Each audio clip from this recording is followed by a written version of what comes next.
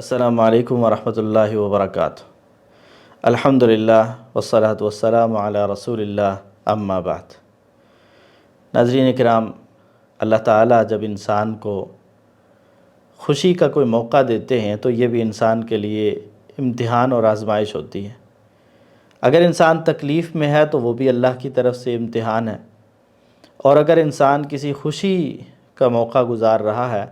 اور خوشی کے لمحات اس کو میسر ہیں تو یہ بھی انسان کے لیے امتحان ہوتا ہے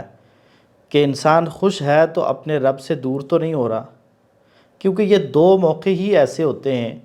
کہ ان دو مواقع پہ یا تو انسان اللہ کے اور قریب ہو جاتا ہے یا اللہ سے مزید دور ہو جاتا ہے، خوشی اور غم۔ خوشی میں اگر انسان اپنے رب کو نہیں بھولتا، اپنے رب کو یاد رکھتا ہے، اپنے رب کے احکامات کو یاد رکھتا ہے، تو یقیناً وہ بڑا خوش نصیب انسان ہے اور اللہ رب العالمین کا پسندیدہ انسان ہے، اور یہ متقی انسان ہے کہ جس کے بارے میں اللہ تعالیٰ نے فرمایا ان اکرمکم عند اللہ اتقاکم، کہ تم میں سے اللہ کے ہاں معزز ترین وہ ہے جو زیادہ متقی ہے۔ تو خوشی کا موقع، عید کا موقع یقیناً بہت بڑی خوشی کا موقع ہے۔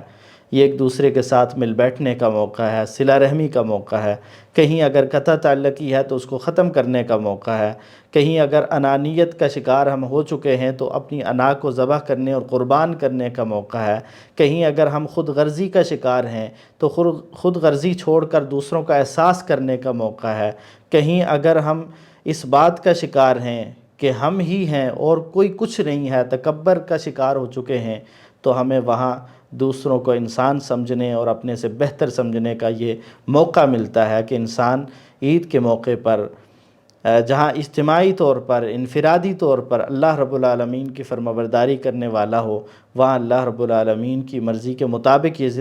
دن گزار کر خوشی کے اظہار کے لیے بھی، اور خوشی کا اظہار جو ہے وہ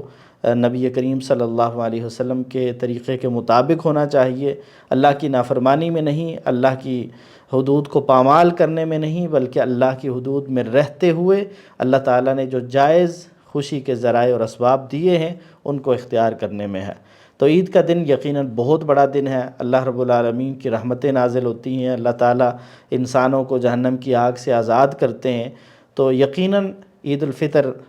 یہ بڑا عظیم دن ہے، لیکن اس میں جو ہمارے ہاں خرافات ہوتی ہیں، جو ہمارے ہاں منکرات کا ارتکاب ہوتا ہے، اس سے بچنا ہم سب کے لیے ضروری ہے۔ ایک تو ہم ظاہر ہے کہ نیا لباس ہم سمجھتے ہیں کہ شاید ہماری عید کا کوئی لازمی حصہ ہے، حالانکہ کہنے والے نے بڑی پیاری بات کہی تھی، لیس العید لمن لبس الجدید انما العید لمن خاف الوعید۔ عید اس انسان کی نہیں ہوتی کہ جو نیا لباس پہن لیتا ہے، عید تو اس انسان کی ہوتی ہے جو اللہ کی وعیدوں سے ڈرنے والا، اللہ کی نافرمانی سے بچنے والا ہوتا ہے۔ تو اللہ تعالیٰ جہاں ہمیں عید والے دن نعمتوں سے نوازتے ہیں، خوشی کا موقع میسر آتا ہے، کاش کہ ہم اس خوشی کے موقع کو اللہ کی فرمانبرداری اور اللہ کی اطاعت میں گزاریں۔ آپ لباس ہی کو دیکھ لیں، ہم لباس لیتے ہیں، اچھا لباس پہنتے ہیں، لیکن لباس پہننے کے بعد اگر تکبر کا شکار ہو گئے، ہر بندے کو دیکھتے رہے کہ فلاں کے کپڑوں سے میرے کپڑے اچھے ہیں، تو تکبر تو وہ بیماری ہے جو انسان کی نیکیوں کو بھی ضائع کرتی ہے اور انسان کو جہنم کا ایندھن بھی بناتی ہے۔ اسی طرح لباس تو پہن لیا، لیکن ہمیں پرواہ ہی نہیں ہے کہ ہم نے وہ شرعی طریقے سے لیا ہے، یعنی وہ جائز طریقے سے، جائز مال، حلال مال سے ہم نے کمایا ہے یا حرام مال سے کمایا ہے۔ اگر ہم نے ناجائز منافع خوری کر کے، رشوت لے کے، سود کھا کے اور لوگوں کو دھوکہ دے کے لباس تو بنا لیا، اس نے ہمارے جسم کو تو چھپا لیا، لیکن ہمارے ان عیبوں کو کون چھپائے گا؟ اور ہمارے عیبوں پہ اگر اللہ رب العالمین کے پردے نہ ہوں تو شاید ہم کسی کو منہ دکھانے کے قابل نہ ہوں۔ تو عید والا دن جو ہے بالخصوص ہمیں اللہ کی فرمانبرداری میں گزارنا چاہیے، کہیں کسی کے ہاں ناراضگی ہے تو اس کو ختم کرنا چاہیے، صلہ رحمی کرنی چاہیے، دوسروں کے گھر جانا چاہیے، ان سے ملنا چاہیے، عید کی نماز کا اہتمام اور تکبیرات کا اہتمام، اور یہ ساری چیزیں